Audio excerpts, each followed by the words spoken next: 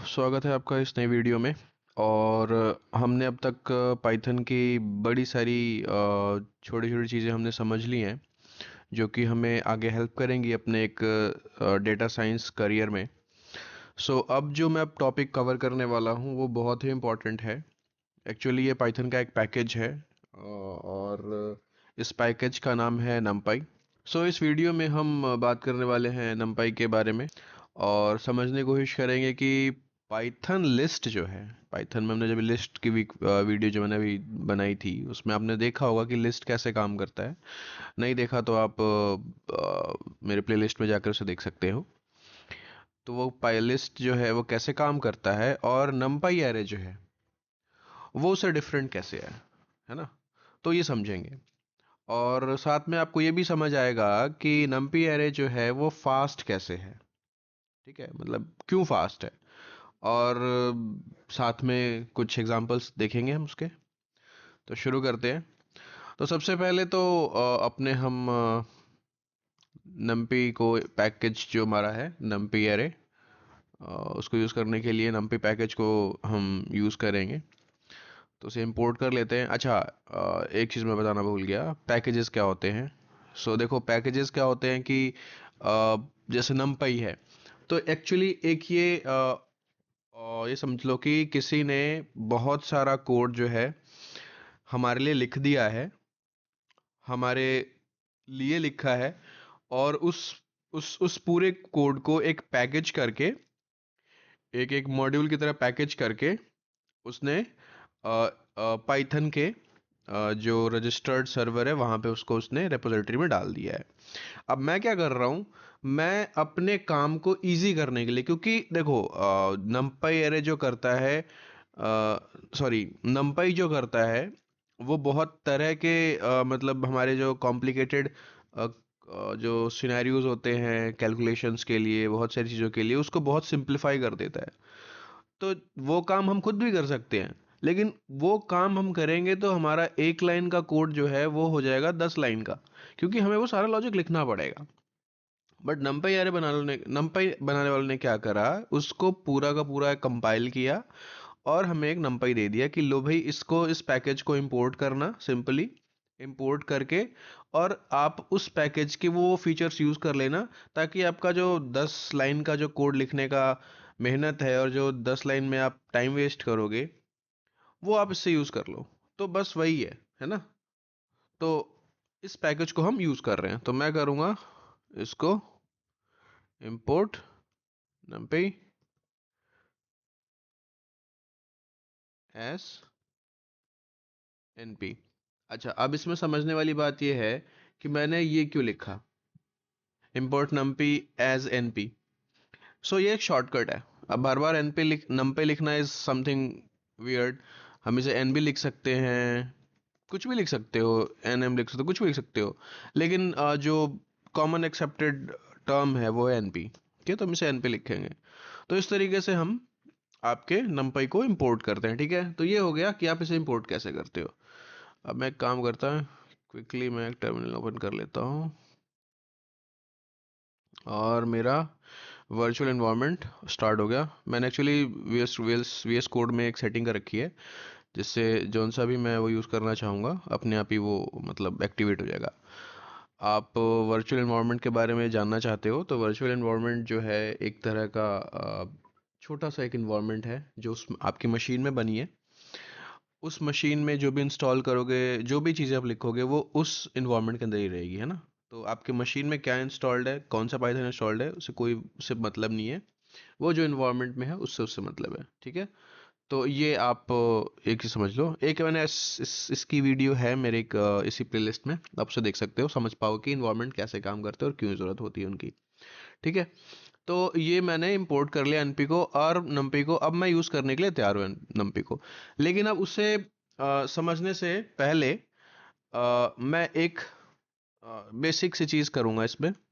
मैं क्या करूँगा, मैं एक नंबर्स की एक मिनट, नंबर्स की मैं लिस्ट लेता हूँ। मैं लिस्ट बना लेता हूँ। 1 2 3 4 5 6, ये मैंने एक लिस्ट ले ली। ठीक है, अब ये जो लिस्ट है ये क्या है, एक एक इंटीजर्स की एक पूरी लिस्ट है, ठीक है। और अब मैं चाहता हूँ एक इस पे ऑपरेशन करना। ऑपरेशन क्या, मैं चाहता हूँ कि जितने भी इसमें एलिमेंट्स हैं वो सब 2 से मल्टीप्लाई हो जाएं। तो वो कैसे होंगे? आप कहोगे लूप चला सकते हैं, बहुत सारी चीज़ें कर सकते हैं, बिल्कुल लूप चला सकते हैं, बट अब मैं एक बार करके दिखाता हूँ, ठीक है। मैं इसको करता हूँ, इसका डबल हो जाएगा। देखो मैं क्या करूँगा, आपने एक्स लिया, इसको ऐसे समझते हैं, देखो आपने फॉर लूप पढ़ा था। फॉर लूप में कैसे करते हैं, फॉर एक्स इन नंबर्स, ठीक है। ये नंबर्स है, हर एक नंबर को एक्स में मैंने उसको इटरेट करके ले लिया। इसी तरह से लूप चलाते हैं ना। तो एक्स में ले लिया, अब मैं क्या करता हूँ, इस एक्स पे कुछ ऑपरेशन करने हैं, तो मैं यहाँ लिखूंगा थोड़ा सा और पहले, एक्स मल्टीप्लाइड बाई 2, फिर एक स्पेस, ठीक है। Okay, sorry, okay. अब मैं करूँगा print DOUBLE save Python not index.py। इसने क्या किया, मल्टीप्लाई कर दिया। अब देखो इसने क्या करा, इसने क्या किया, एक लूप चलाया, लूप में सारे एलिमेंट्स की वैल्यू को निकाला फॉर एक्स इन नंबर्स, वो सब की वैल्यूज को एक्स में लेकर आया, फिर एक्स को मल्टीप्लाई किया इससे। ये सारा काम इसने पाइथन में किया है ना। बट अगर इसी काम को मैं numpy से करूं, तो ये मतलब with in fractions of second में हो जाएगा। क्योंकि मेरी लिस्ट बहुत छोटी है, इसलिए फर्क नहीं पता चलेगा।